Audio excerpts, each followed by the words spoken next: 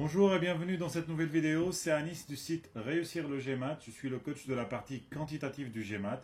Aujourd'hui on va résoudre un problème super important en fait, qui est dans le test du GMAC, le test officiel en fait, le practice test officiel. Je vous conseille d'ailleurs de le faire avant de faire le test réel de GMAT.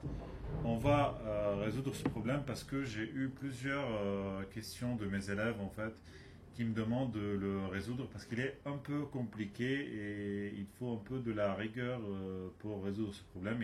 Il est classé une question parmi les hard. Donc, in the figure shown, what is the value of x? Donc, j'ai une figure PRT, un triangle rectangle PRT. J'ai des points S sur le côté RT, le point Q sur le côté RP et le point U sur le côté PT. Et j'ai un angle QSU qui s'appelle X et il me demande c'est quoi la valeur de X. Donc le but maintenant c'est de voir les questions, voir les propositions, pardon, et de voir laquelle elle est suffisante pour répondre à la question posée. Est-ce que une des deux ou les deux ensemble combinés sont suffisantes pour calculer la valeur de X. Voilà. Donc la première proposition, il me dit the length of line segment QR is equal to the length of line segment RS. Donc je sais que QR qui est là, voilà, est égal à RS. Donc le triangle RQS est isocèle. Et donc du coup, voilà, je sais cet angle-là, disons, et je sais cet angle-là. Supposons que je les connais, mais même je ne les connais pas en ce moment parce que je ne connais pas l'angle R, quoi. Donc, mais supposons que voilà, j'ai QRS, il est là, mais est-ce que je peux déterminer le X? Alors, ce que je peux faire, moi, c'est de mettre le U, on ne sait pas, on n'a pas aucune information sur le U, donc le U, il peut être là, et dans ce cas-là, on aura cette valeur de X. Et le U peut être là, là où il est au début, et on aura cette valeur de X. Donc il y a deux valeurs de X en fait. Parce que le U, il ne me donne aucune contrainte sur le U, donc je peux le déplacer comme je veux. Et du coup, à chaque fois que je le déplace, j'ai une autre valeur de X. Donc la première proposition ne me suffit pas pour répondre à la question. Donc la deuxième, il me dit the length of line segment ST is equal to the length of line segment TU. Donc ST égale TU, donc ce côté-là est égal à ce côté-là. Donc de même, je peux faire le même raisonnement. Le Q, il peut être là, le Q, il peut être là, et donc du coup, l'angle X peut changer en fonction du point Q. Et donc, comme il ne m'a pas donné des restrictions sur le point Q, donc je peux le mettre où je veux sur la droite PR, et donc je ne peux pas savoir l'angle X. Donc, du coup, la deuxième possibilité n'est pas en fait correcte. Elle n'est pas suffisante en fait pour répondre à la question parce qu'il y a plusieurs valeurs, plusieurs points qui peuvent être le point Q, et donc il y a plusieurs valeurs de X. Maintenant, donc, examinons les deux ensemble quand je combine les deux ensembles. Donc, il me dit QR est égal à RS et ST est égal à TU. Donc, il y a beaucoup de mes élèves, ils me disent voilà, donc même avec ça, je ne peux pas déterminer, donc ils ne font pas les calculs et ils répondent directement eux que les deux ensembles, même en les combinant, on ne peut pas répondre à la question, on peut pas, c'est pas suffisant. Alors, la règle d'or ici pour répondre à ces questions de data sufficiency, c'est de pouvoir donner deux exemples en fait, ou deux valeurs que x peut prendre en respectant bien sûr ces deux conditions-là. Donc, en satisfaisant ces deux conditions-là, le 1 et le 2, si je peux trouver deux valeurs de x différentes ou trois valeurs de x différentes, dans ce cas-là, je peux dire qu'elle n'est pas suffisante, que les deux propositions mélangées ensemble ne sont pas suffisantes. Mais si je ne trouve pas deux exemples, ou si je ne trouve pas deux réponses à la question, dans ce cas-là, je suis toujours pas sûr de pouvoir répondre à la question. Je suis toujours pas sûr de pouvoir dire que les deux ensemble ne sont pas suffisants. Donc là, ce que je peux faire, ce qui manque vraiment à beaucoup de mes élèves, en fait, dans les questions de data science, c'est de pouvoir prendre l'initiative d'essayer des valeurs pour voir vraiment ce que ça donne, quoi. Donc, on va essayer maintenant des valeurs. Donc, là, j'ai un angle de 90 degrés. Je vais considérer que l'angle là est égal à 30 degrés. Et donc, du coup, l'angle R est égal à 60 degrés. Parce que la somme des angles dans un triangle est égale à 180 degrés. Donc, si l'angle T est égal à 30 degrés, l'angle S est égal à 60 degrés. Donc, le triangle STU est un triangle isocèle. Et je sais que la somme des angles dans un triangle est égale à 180 degrés.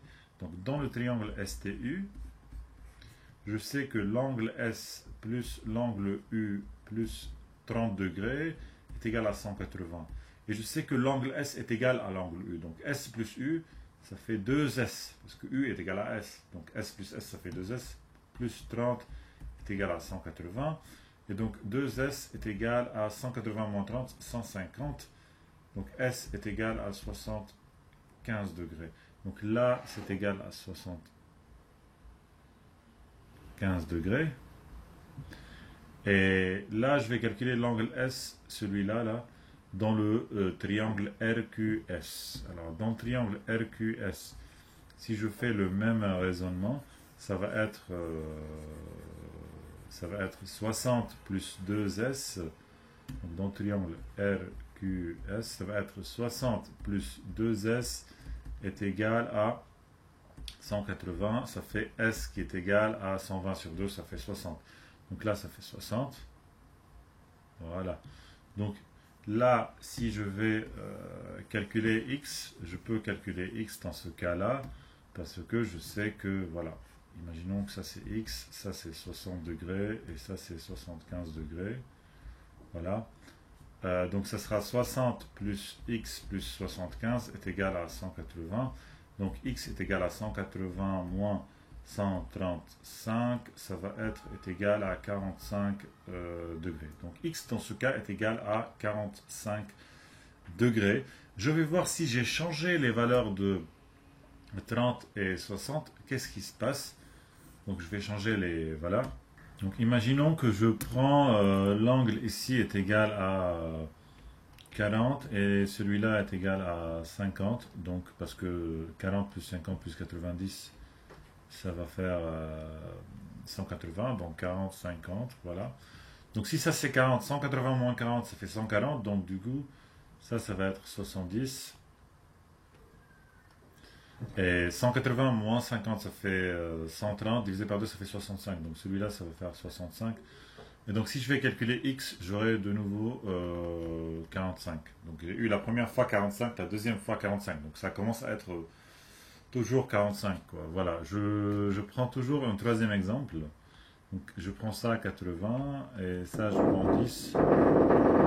Donc si ça c'est 80, alors l'angle ça fait 100, l'angle là ça va faire 50 parce que 180 moins 80 ça va faire 100 divisé par 2 ça fait 50. Et si ça c'est 10 ça fait 170 divisé par 2 ça fait 85. Donc là ça va faire 85.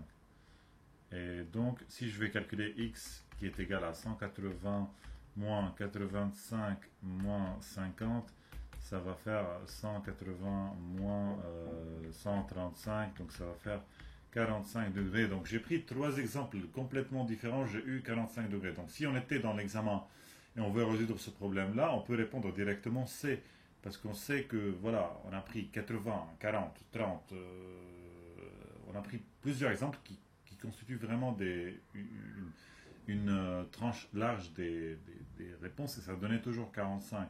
Donc ça a l'air beaucoup plus d'être suffisant si je combine les deux.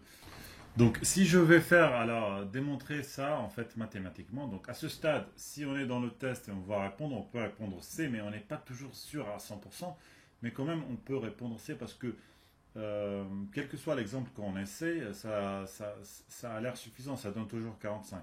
Mais l'idéal c'est bien sûr de faire la démonstration, donc si je prends ça, l'angle, je vais l'appeler S1, et si je prends ça, l'angle que je vais prendre, je vais l'appeler S2. Je vais faire un calcul rapide pour vous montrer en fait la démonstration. Donc je sais moi que la relation entre R et T, que R plus T déjà est égal à 90 parce que R plus P plus T ça fait 180 et P est égal à 90. Donc du coup R plus T égale 90. Et je sais que dans le triangle STU, Je sais que l'angle S1 c'est égal à 180 moins t divisé par 2. Et je sais que dans le triangle QRS, l'angle S2 est égal à 180 moins R sur 2. Et je sais que, X c'est égal à 180 moins S1 moins S2.